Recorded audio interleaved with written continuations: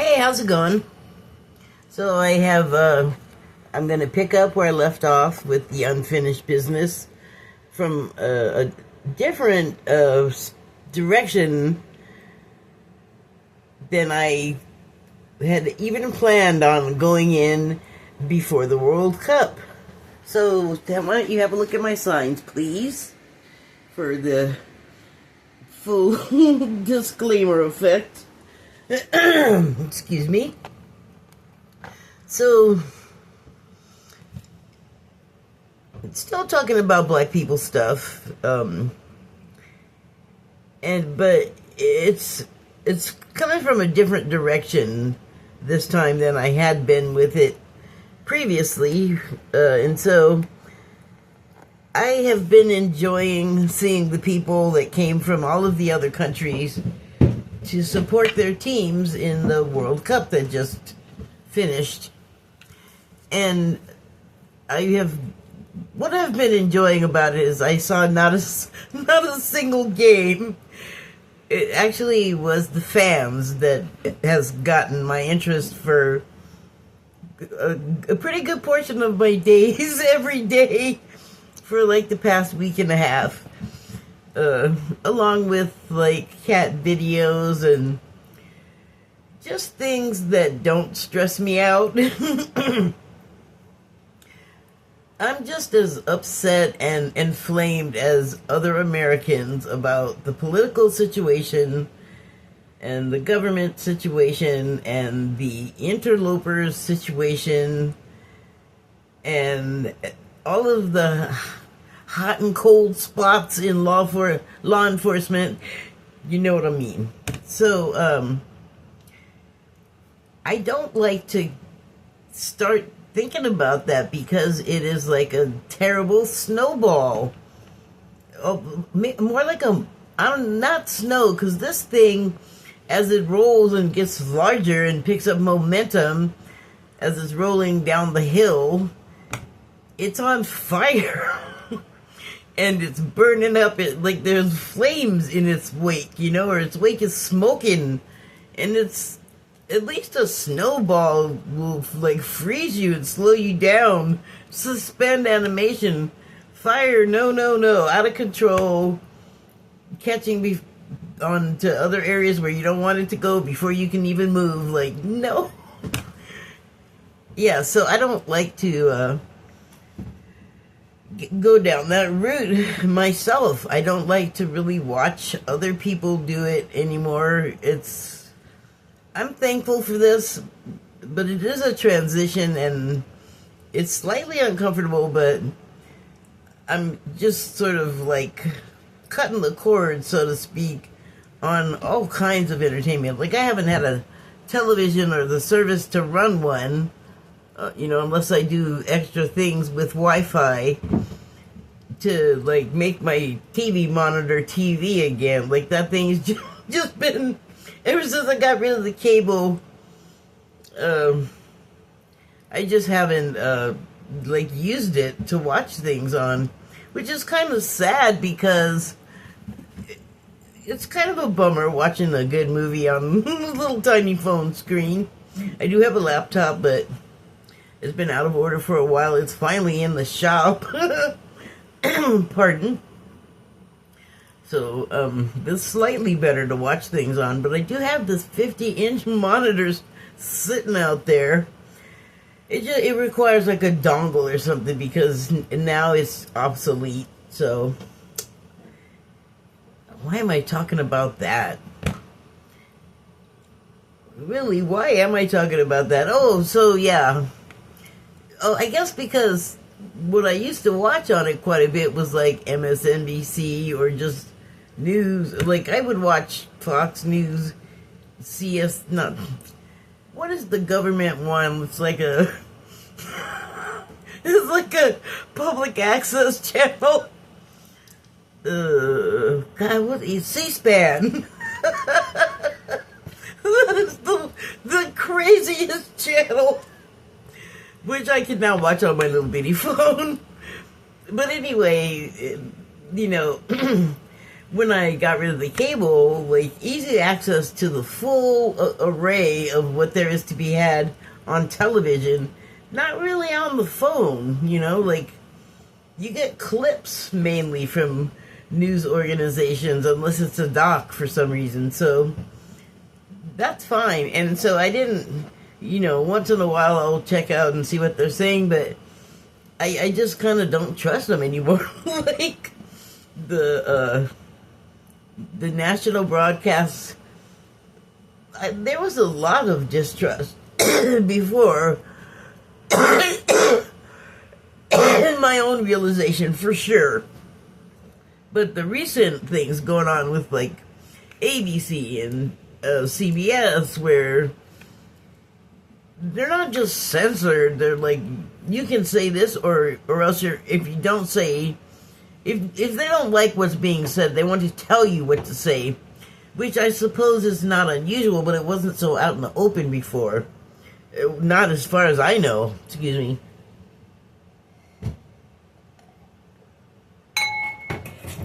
Ding. So, I look for a lot of stuff that doesn't, like, instantly raise my blood pressure. It happens so fast. I'll be like, Clay, calm down. Are you going to be able to just watch this? Breathe, breathe, breathe. Breathe. No, I mean, it's hard. I'll have to, like, go away and come back. I have to go away and collect myself. And that's, like, I don't want to be doing all that work just because I'm watching something. So, other stuff that makes me smile, and I'd rather, like, get a fit of laughter than a fit of anger. That's all I can say. So, yeah, the tourists, the Brits are hilarious, or the Europeans, because, yeah, they got a lot of opinions, especially before they get here. But the one guy that did come here, he's my Jimothy. He's some French guy, and he's got like balding, dark hair, and he complains mostly. Even the compliments are backhanded, but the first time I saw him, he was just completely irritated by the fact that we put ice in drinks. That we don't want to drink piss warm beverages. Sorry, when it's like 100,000 degrees, warm piss is not refreshing. But, he was like, oh, they put it even in milk. I'm like, bro, you can ask them not to do it. Like, nobody is automatically, if you go to a restaurant, they're not going to put ice in your milk unless you ask for it. They get some kooky ideas. So he's even here. So that's how he first caught my attention. And the next time I saw him,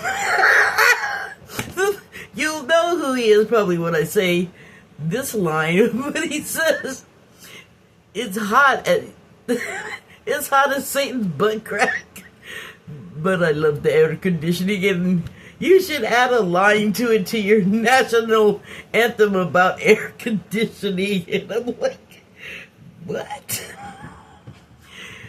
But I'm glad he decided to like something, finally. But he's not an atypical Frenchman. The men, because I've met French people, and the women are not as crazy like that. Certainly they share the same opinions, but they're more like discreet or something. I don't know. This guy, oh my god, he cracks me up. Anyway, the others are like the wide open spaces, and I guess this blew my mind. Like, okay, first of all, I'm gonna get to the thing I was just gonna say, but this blows my mind even further. They didn't believe that the school buses being yellow was real. And I don't know why that's so hard to believe, because, like, the fire engines are red in case you're like, deaf or something, and you don't know they're coming.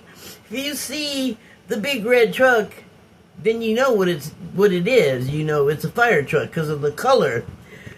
Same for school buses, like they're not going to emergencies and putting them out or whatever, but they are a designation. So I don't understand why that's so hard to get, but okay. And so the other thing is, yeah, again, this blows my mind. They're like, the parking spaces are like so amazing to them because you can open your door all the way and get in and out of the car. And I'm like, wait, are you saying you can't do that in Europe? You gotta just squeeze all sideways even to exit and enter your vehicle from, oh my God. I mean, just as a practical matter, why?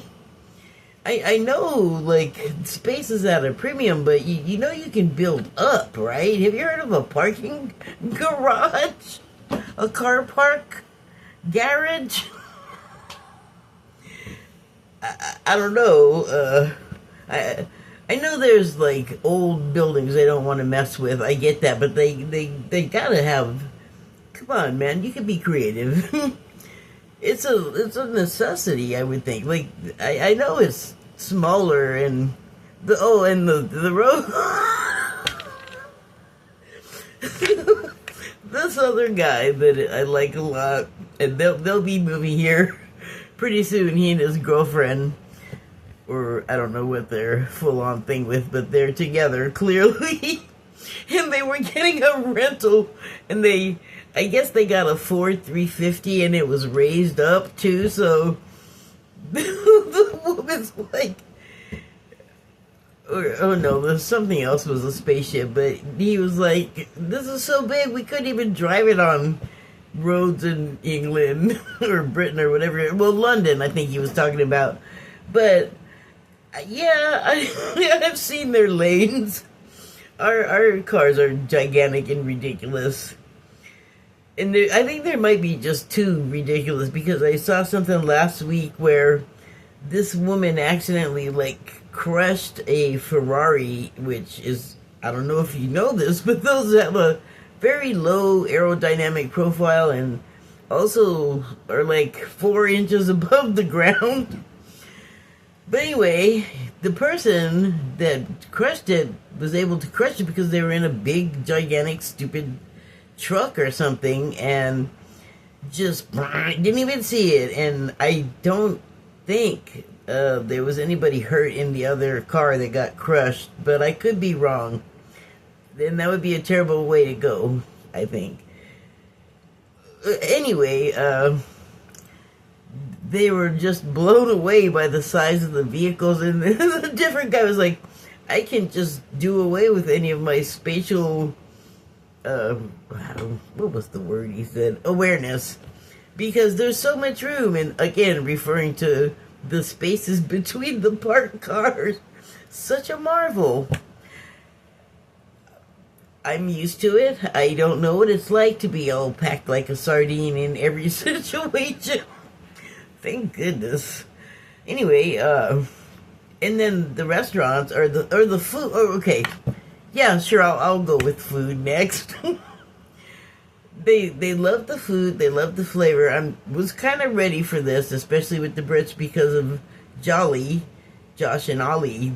They have been here, they're Brits, and they've gone to a lot of places. They've even gone to private homes to taste American food, but they've been to plenty of the fast food joints, and they have pretty refined taste. Like, they will eat the fast food, but like all Europeans, they know that it's basically flavorful poison. Sorry. That's how I feel. And I'm like, who am I apologizing to? The poor Europeans. But like I said, they're gonna know that, like, there's stuff in our food that Europe won't allow in theirs. So, those crazy risk takers. And they've just, like, their enjoyment of the flavor is pretty amazing to watch, I have to admit. I can't believe the food's that bad in England. Like, I know it's gotten better. I know they have famous chefs. I know they get Michelin stars. So, what's the deal? What's happening? But, like Josh Denali has also introduced this American to some of their food that even they think is like bland and not great. And I think they may have thought that before their tastes were like influenced by coming here and eating food. And we do have good food, like for sure. Um, so, the other thing was the stores, like the supermarkets. When I still lived in LA, I worked at a phone sex place, and I was a phone pimp. And me and the other women that worked in the office, we would take the guys, they would call in, and we'd take the call, find out what they wanted, do the sale, like charge them, and then connect them with the girl. And so two of the women I worked with were, well, actually one was British. And so she had a girlfriend. No, they were both British, that's right. And so one of them was like blown away by the supermarkets, and she's all, well, we have hypermarkets. And I was like, oh, okay. Like, I didn't know it was a competition. But she said, but ours are really small, and she's like, they're not like really that hyper. Now that I see what the supermarket looks like, and I had never even considered like what a market looks like in other countries, probably because I knew they have shops and Harrods, I guess. And I know there's a couple of other like market chains like now, but at the time, well, there wasn't internet back then, and it wasn't that easy to know exactly what Europeans were up to. You really had to be paying attention to whatever was coming across on the screens. So anyway, I guess I should have been ready for their reaction to Walmart, but dude, Buc-ee's to me, even to me, an American, and who's actually lived in Texas briefly, I didn't make it to a Buc-ee's though, but I am used to like everything being... everything in America is already, like, big. I get that. But Texas has the reputation of having it even bigger. And so they're freaking out the visitors at 100 gas pumps. Like, literally 100 pumps. Which I mean, they were all pretty empty. I'm wondering if that wasn't excessive myself. They probably could have, like, a third of that and be fine. Even if, like, what kind of rush really are they getting there? We'll see when the East Coast collapses and everybody comes running west. That's just, I'm just playing. But anyway, and then, like, they went to, like, Buc-ee's, which I think HEB is, like, kind of a smaller version, which is a Texas supermarket chain. But Buc-ee's is kind of crazy. They have everything. It's like Walmart Plus or Super Walmart is not even as amazing as Buc-ee's. Same kind of deal, though. And then, like, the sizes of the stuff you can get, like the big pitchers of Ragu or big honking jars of mayo. And this one lady, I think she might have been from the Caribbean, and she picks up a giant box of Goya crackers, and she's like, who eats this many crackers? And I'm like, a school, a daycare, like, hi, people are not just, I have a bucket of mayo. I don't know, it's giving me joy, and a lot of other people too. But, okay, let me just calm down, though, because really what I wanted to say about it is their appreciation and, like, joy of discovery, and so surprised at how friendly we are here, and how they, now moving into more of what I actually want to talk about, how they didn't see, like, guns everywhere and violence, which I don't know how so many of them that were in Texas didn't see it, because I know when I was there, it was it was like like living in a cowboy cartoon.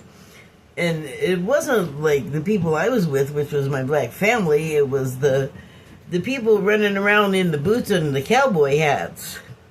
So, yeah, they were like, "No way, it's a real cowboy." And I'm like, "Yeah, those are we still have ranches."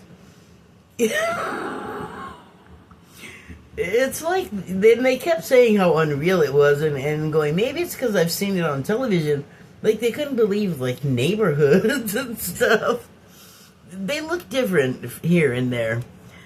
But what I was thinking, especially, like, I guess it's my algorithm, but I'm mainly getting Brits, and those are mainly white. And so they're like, I'm going to move here. This place is so great. I love it. Everyone's so nice. And so that made me start thinking about black people stuff. Because their presence in, except for the players, mainly, you don't see a whole lot of black people in the crowd enjoying the World Cup. It is expensive as hell. Like, I think a lot of us are, like, not into the world football enough to be forking over as much money as was being asked to attend the game and then try to have accommodation. And I'm sure that local businesses were... Some probably, like, well, I don't know. Never mind, I'm not even going to say that. I'm going to skip that. So, but let's just say there was gouging taking place. And I just didn't see a lot of black faces that weren't, like, on the field playing the game. And so, the friendliness I mentioned, and so a lot of people, and this is everywhere you go, they seem to think it was particularly Southern, because there is a certain flavor to a Southern person calling you baby, honey, sweetie. But the thing is, everywhere, it's done everywhere. Like, you can get called in the north of the north, hun. And so,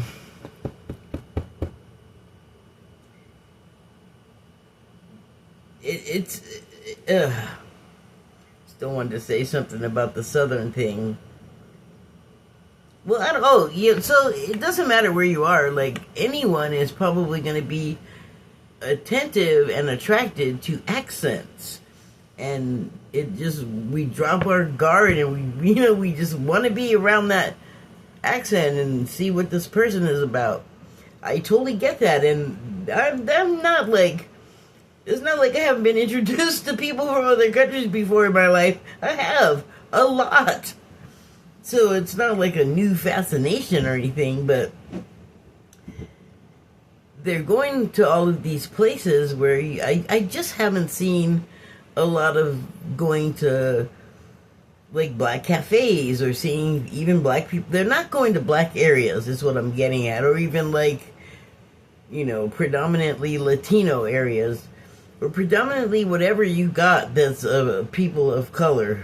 And so I felt bad about that, because any one of those other groups would very likely also treat this particular stranger well and be like, one person steered somebody away from going to Arby's and to going to a place where they're using, like, not reconstituted meat, for one thing, and it's just better. It's real food, and there's a lot of places where it's a small situation, so you're basically getting an in-scratch home-cooked meal, which is, if you're from somewhere else, you might not necessarily know where to find that, but someone here will probably know where to send you and offer to give you a better experience and help you out and just be hospitable generally. And so I started thinking about, like, well, what if they wandered into, like, a black neighborhood maybe and got a flat or something?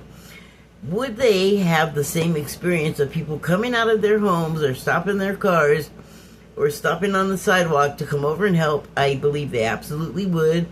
Would they be invited into someone's home to get out of the heat and have a cool drink? I think they absolutely would. I think that mothers and grandmothers in that neighborhood, like many of the other ones, would be like, what kind of food can I stuff you with while you're here? And so it just made me sad, because the other thing is like all of the rumored stuff that you see on the news, that kind of all takes place in the neighborhoods of the people of color. And, you know, despite current fiction, there's not a lot of incursion into, like, whiter, richer neighborhoods to do that stuff. Like, it happens, but the crime is usually not in those neighborhoods. And I'm not gonna go into all of that stuff because, jeez, I'm not really, like, I don't really have the background accreditation. I have an understanding, but also it would just take a whole nother couple of videos, so I don't even want to talk about that. But what I do want to talk about is the fact that if those people do indeed move here, at some point they're going to start running into people of color. And I hope that the goodwill and everything still carries over, because the way that it's happening outside of the neighborhoods of the people of color is still really great. And it doesn't mean that it has to stop at those invisible barriers. I mean, they're there, like, emotionally and mentally for sure, but there's no gate up at the wrong side of the tracks or at the tracks or whatever, you know what I'm saying? So if they lived here, they would encounter many more of us. And I think that, I like to think that because Europe also has people of color, they would be inclined to be friendly with these people too. And I think they would, because otherwise they wouldn't have come all the way over here and ventured out and, like, driven around to places.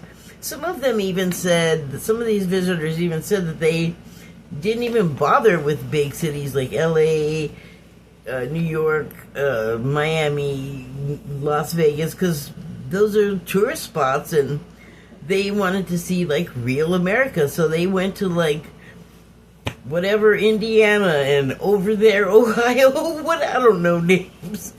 And I think that's really cool. Like, they are seriously, like, wanting to, like, get to know the people, and they gotta know that, like, there's all other people just like where they come from. And in some cases, not at all like where they come from, because there's not much of a presence of brown people, but I'm sure there's curiosity. I'm sure that if they have connected the dots, that what you're being told on the news about the people in the country across the pond is, and then you get here and you find out, like, hey, I've been lied to. Again, like, I don't think you're closed-minded if you come over here. So it's like a good sign, I feel like. And it's opening up interest and curiosity in us to go other places and see that, like, oh my gosh, it's okay. And there's a lot of talk about the way that we're perceived when we go to their country, where they're like, they're loud and they're proud and they don't dress right and, you know, whatever else. But then they come here and they're amongst us and they see it differently because it's misinterpreted. And also, they've even said, a few of them, like, we're trapped in, like, the 1800s. Like, our traditions and our, you know, the way we interact with each other, because they can't believe that we talk to each other friendly on the street to strangers and compliment each other's whatever, clothes, look, whatever. And they're like, you know, everybody looks down or they don't look at each other. If you say hello, it's like, what do you want? Which I have felt that way until I moved, like, I moved out of LA and I moved to San Francisco, and people were, like, walking by on the street and saying hi, and I was like, what did I do? What do you know? And then I realized, oh shoot, they're just saying hello. Doesn't happen as much in LA, I guess. Or it wasn't at the time. LA is 7 different places between now and when I lived there. So it's breaking down barriers, and then like a lot of them, like I said, want to come here and live here, and we could use that infusion of appreciation for what this place is, not like all of the stuff that we say it stands for, but for the natural beauty and for just the openness and the friendliness of the people that are so willing to like go check this place out. It's crazy. Come on. So yeah, I think it is a beautiful thing, and you know, it feels like it's going to continue in a lot of ways. Like maybe it will encourage more tourism, which of course I don't care about. Like as a capitalist, I care about all of us like just feeling happy to be around each other and enjoying each other's presence and learning things about each other, like differences and similarities, and what we like and even what we don't like about our own and the other country we're visiting. Like, we don't really have that kind of dialogue here, and it sounds like you definitely are not having it in Britain. So yeah, I think the blending is a good thing. I think the integration is a great thing. Like, we were having trouble doing it just amongst ourselves, and like this has broken so much water, like broken so much ice, I mean, between us all. I just getting all happy. So I have yesterday and today cards. What am I doing on time?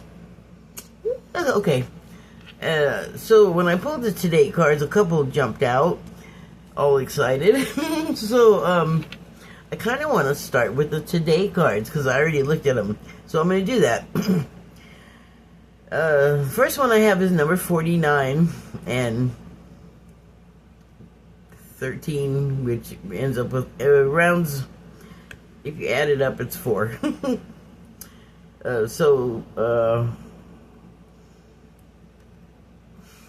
gonna go with the 4. That I hope you heard me mumbling there, working it out.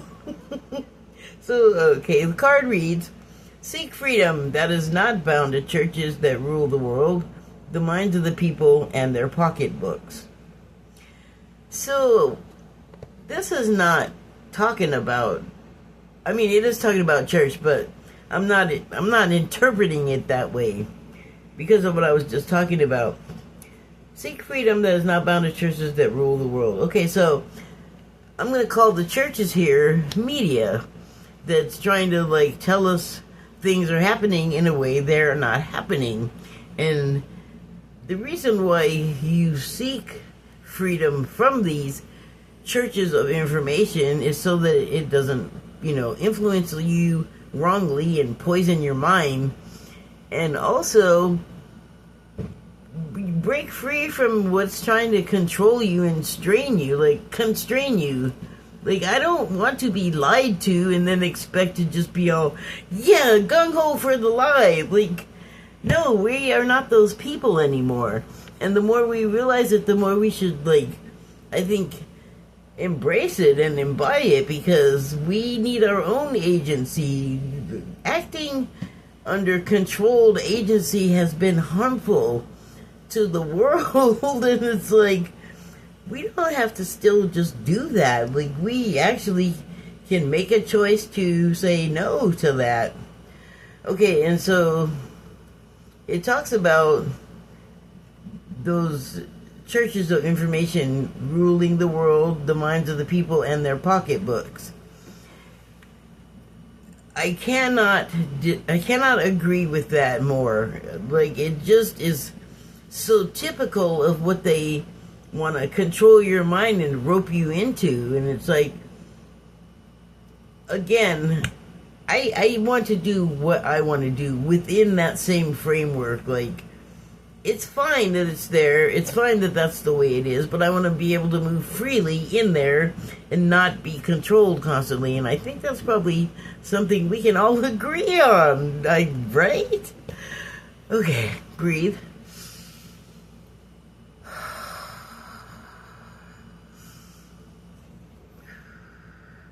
Getting worked up. See, I told you, man. And it's like boom, boom, boom. You get it like past a certain very near to the start point, and next thing you know, you're just barreling along, losing your mind.